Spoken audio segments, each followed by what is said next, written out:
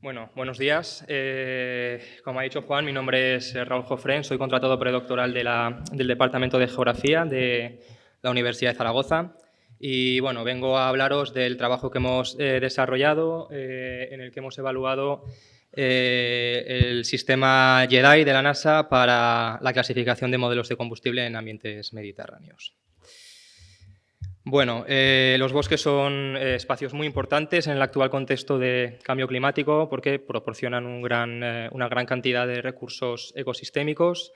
Una de las principales perturbaciones de estos espacios son los incendios forestales que, bueno, pues cuando se vuelven recurrentes pueden producir efectos negativos en el medio ambiente y son especialmente importantes en los ambientes mediterráneos debido a las condiciones climáticas, a las características de la vegetación y a factores socioeconómicos. Entonces, para poder mitigar los efectos perjudiciales de los incendios forestales en el territorio, pues resulta necesario entender el comportamiento del fuego sobre una masa forestal. En este sentido, los combustibles forestales pues, nos proporcionan una idea aproximada del comportamiento del fuego en caso de un hipotético incendio, ya que determinan la energía que está disponible para la combustión en los bosques. Y bueno, es uno de los principales factores que afectan a la propagación y al comportamiento del fuego junto con la topografía y el clima. Generalmente los combustibles forestales suelen agruparse en clases de vegetación con comportamiento similar ante el fuego, fundamentalmente la altura y la densidad.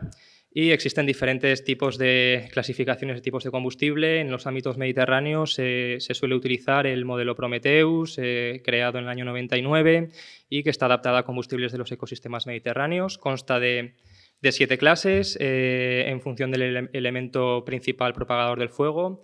Pues tenemos el modelo 1, que sería propagación en pastos, los modelos 2, 3 y 4, que serían los tipos en los que el fuego se propaga a partir de estratos arbustivos en función de diferente altura, y modelos 5, 6 y 7, donde la propagación se efectúa en las copas de los árboles y se distinguen en función del sotobosque que le acompaña, de la altura.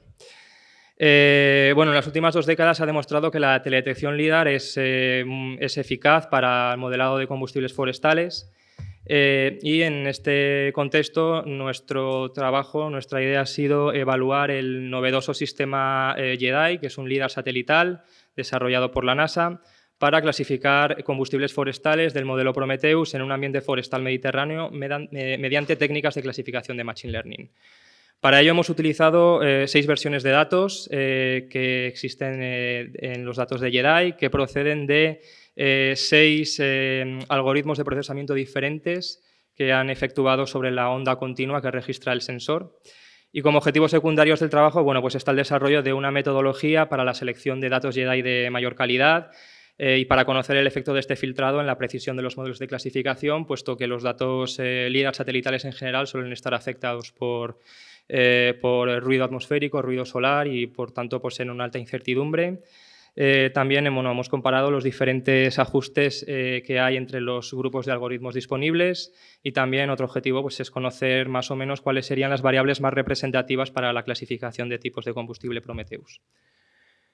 Bueno, pues el área de estudio se ha localizado en el sector central del Valle del Ebro. Se trata de una zona donde predomina, bueno, tenemos zonas de pasto, zonas de estratos arbustivos y bosques naturales y repoblados de pino carrasco, Pinus alepensis, acompañado por fundamentalmente coscojares, enebrales, tomillares y romero.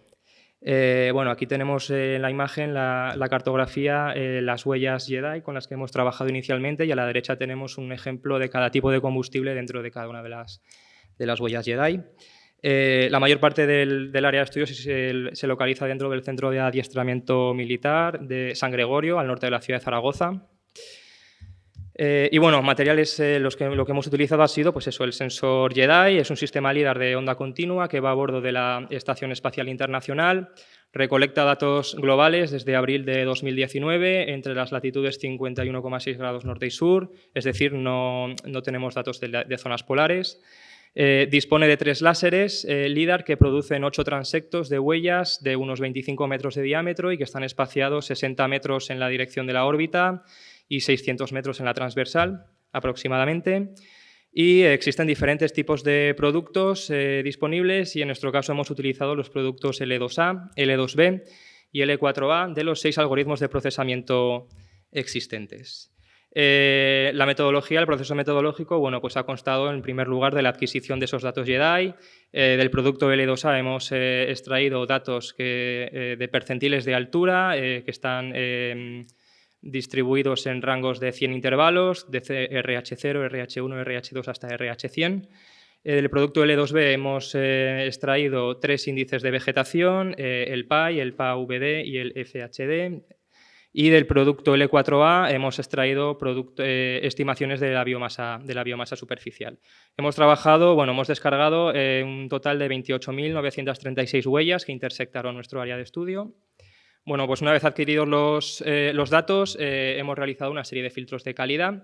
Los datos JEDI poseen datos y valores que nos dan un poco una idea aproximada de la calidad de los datos y, por tanto, bueno, pues el filtrado se hace de manera sencilla con estos datos. En primer lugar, desechamos aquellos datos o aquellas huellas que no cumplían con los estándares mínimos de calidad que viene indicado en el atributo Quality Flag. Seguidamente, desechamos también aquellas huellas que fueron adquiridos durante el día porque pueden estar afectados por ruido solar, valor que nos indica el atributo Solar Elevation. También descartamos aquellas señales láser, aquellas huellas con insuficiente energía para penetrar hasta el suelo, porque podría dar problemas. Esto viene indicado en el atributo Sensitivity. Y finalmente también descartamos aquellas huellas que podrían tener algún tipo de problema en la geolocalización a partir de aquellas que tienen una diferencia de elevación del suelo entre los 6 grupos de algoritmos mayor de 2 metros. Esto produjo una reducción de las huellas iniciales de un 23-25% según el algoritmo y además paralelamente procesamos datos JEDI con un filtro de calidad que lo hemos denominado como filtro de calidad mínimo, en el que solo descartamos las huellas que no cumplían con los estándares mínimos de calidad dados por el atributo Quality Flag. Seguidamente, bueno, pues la verdad terreno, para poder evaluar el sistema, hicimos uso de modelos de combustible Prometheus estimados en el mismo área de estudio en 2 trabajos previos.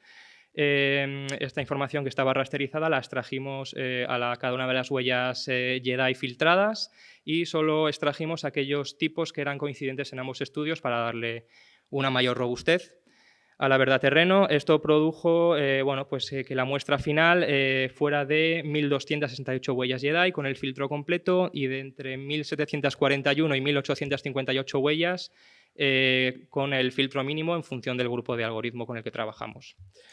La selección de variables se realizó a partir del coeficiente de correlación de Spearman, que determina la correlación de las variables con los tipos de combustible, y del test de Dunn, que permite ver cuáles son las variables más significativas y que son capaces de distinguir entre distintos pares de tipos de combustible, pues tipos 1, 2, 1, 3, etc. Finalmente, seleccionadas las variables, realizamos la clasificación de tipos de combustible mediante los métodos Support Vector Machine y Random Forest, separando la muestra en Training Test 80-20% y la evaluación de la precisión global mediante el coeficiente Accuracy.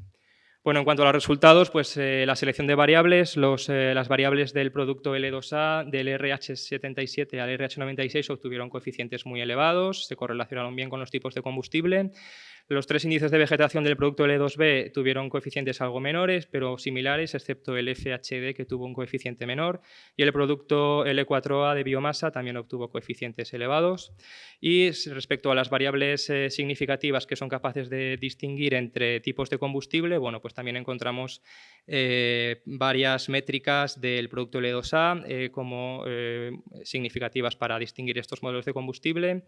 Y también el producto de biomasa del producto L4A y así como el PAI y el PAVD en el producto L2B.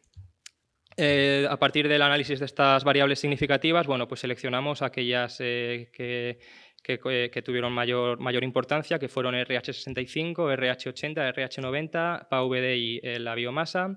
Y el mejor método de clasificación se obtuvo con el Support Vector Machine de kernel radial en el algoritmo número 4, en el grupo de algoritmos cuarto, con un coeficiente de accuracy de 0,64, con el filtro completo, y vimos bueno, pues que al emplear el filtro mínimo el valor de accuracy descendió hasta 0,57. Estos ajustes que hemos conseguido bueno, pues son similares a otros estudios que han utilizado LIDAR en ambientes mediterráneos y con técnicas de clasificación similares. Encontramos mayor confusión en los tipos arbustivos, es decir, los tipos 2, 3 y 4, que ya han sido reportados en los todavía escasos estudios que hay sobre Yedai, por ejemplo, en el suroeste de España, en la provincia de Badajoz. Hubo mayores correlaciones menores en bosques dispersos con predominio de arbustos y también en una zona de la sabana brasileña, donde los modelos arbustivos funcionaron peor. Y esto puede deberse a que en estratos inferiores puede producirse una mezcla de la energía del suelo con la energía devuelta por la vegetación y también porque hay una interacción menor en los estratos inferiores que con los combustibles arbóreos porque la señal está un poco más degradada. Respecto al filtrado de datos Yedai, bueno, pues es un paso importante previo debido a la alta incertidumbre de datos con la que existen los LIDAR satelitales. Hemos visto que los ajustes se extendieron cuando se usó solo el filtro mínimo. Los sensores LIDAR satelitales pues eso, se encuentran frecuentemente afectados por ruido atmosférico, solar, también por nubosidad.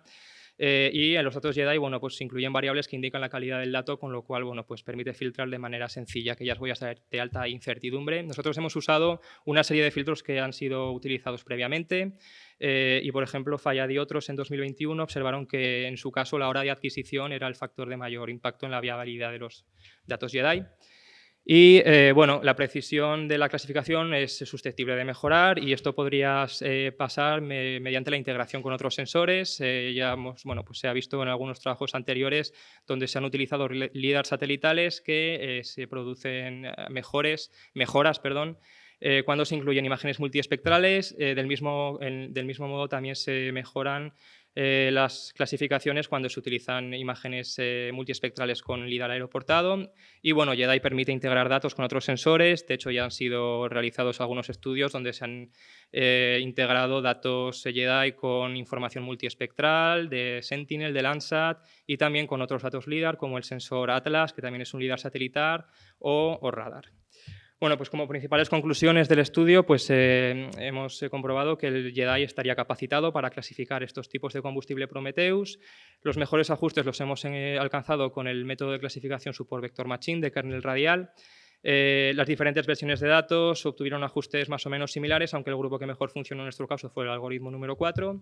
Importancia del filtrado de datos, dada la alta incertidumbre de la que tienen los datos Yedai. Y bueno, pues estos resultados permiten validar a Yedai como un instrumento prometedor para la estimación de combustibles forestales, pero bueno, hacen falta más estudios para poder ver hasta dónde puede llegar el instrumento. Y nada más, muchas gracias por todo.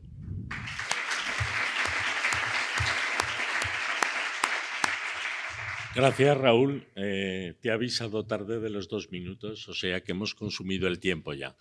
No obstante, si hay una pregunta súper corta, sí, pero nada, 40 segundos en este momento.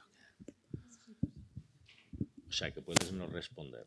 Nada, muchas gracias, Raúl. En realidad no es para que respondas. Mira, me ha escrito Adrián Pascual, que es un investigador español que está en la NASA ahora mismo en el grupo de Yedai, y me ha dicho que están haciendo una campaña para que todos los investigadores que estéis trabajando con este tipo de datos solicitéis a la NASA que siga el sensor en la Estación Espacial Internacional, porque ahora mismo están barajando si lo quitan o lo dejan. Entonces, bueno, simplemente quería decirlo no solo para ti, sino para otras personas que han estado presentando cosas con Yedai aquí, que si hacéis el favor de hacer ese pequeño lobby que podamos hacer, pues que lo agradecen desde el equipo. Vale. Muy bien, pues haremos presión, entre otras cosas, porque el periodo de tiempo en realidad que estaba previsto ya ha pasado, ¿no? 2023. Eso es, o sea, está a punto, ¿no? Pero lo tenemos que dejar ya, Raúl. Gracias.